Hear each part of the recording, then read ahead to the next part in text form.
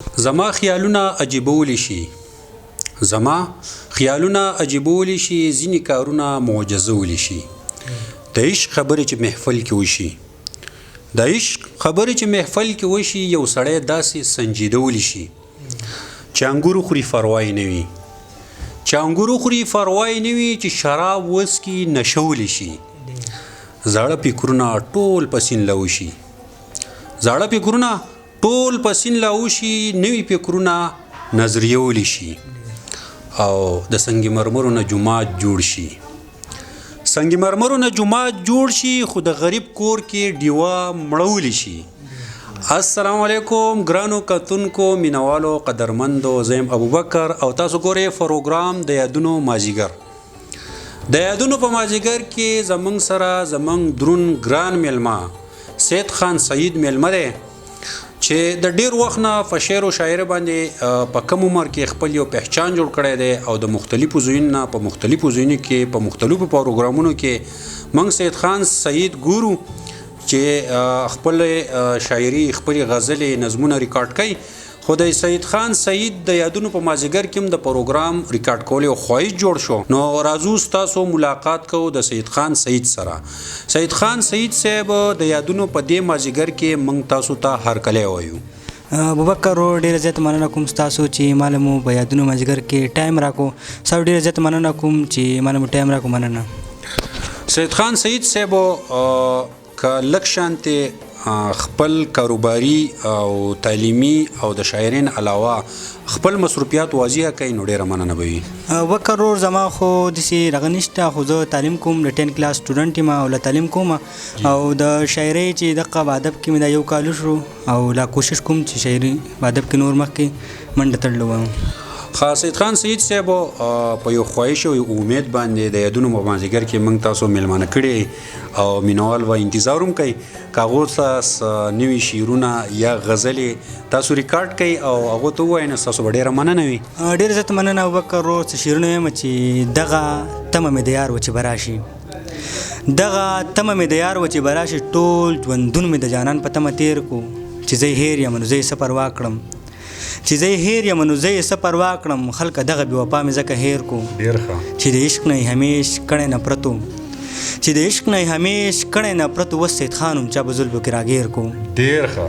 ډېر زیات مننه. یو غزل ویم چې لږ شان محبت کوه لږ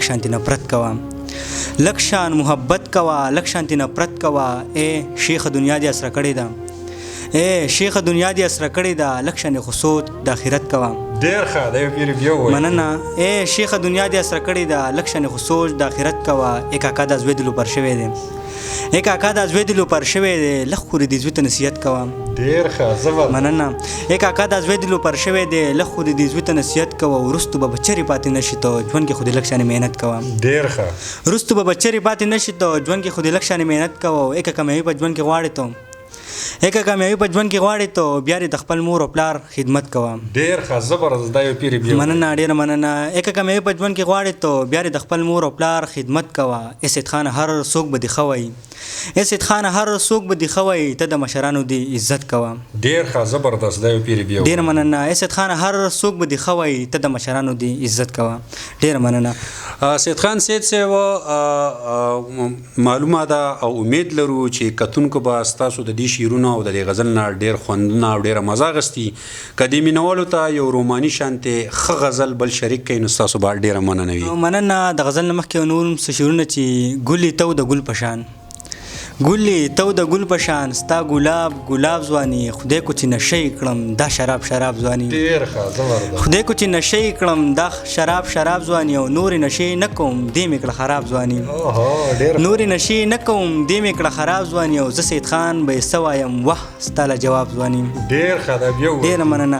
زه سید خان به یې څه وایم وه ستا له جواب ځواني. یو غزل روماني چې یار چې راته پټې خندا کوي او دا لکه د تیر غزار په ما کوي.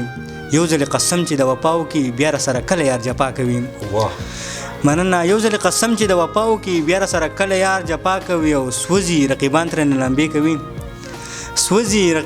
لمبې کوي او دا اشارتونه چې آشنا کوي او یم ور زما بله جنې خوښه ده یا مور زما بله جنې خوښه ده خو مور مې راته لور مې د ماما کوي. ډېر ښه دی پیر بیا. مننه.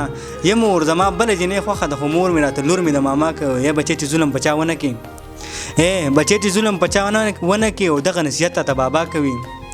او ژوند خو د سید خان ټول په تیارو کې دی. ژوند خو د سید خان ټول په تیارو کې دی ولې ورته هسې رڼا کوي. ډېر ښه زبردست دی پیر بیا. مننه. ژوند خو د سید خان ټول په تیارو کې دی ولې ورته هسې رڼا کوي. ډېر عزت مننه.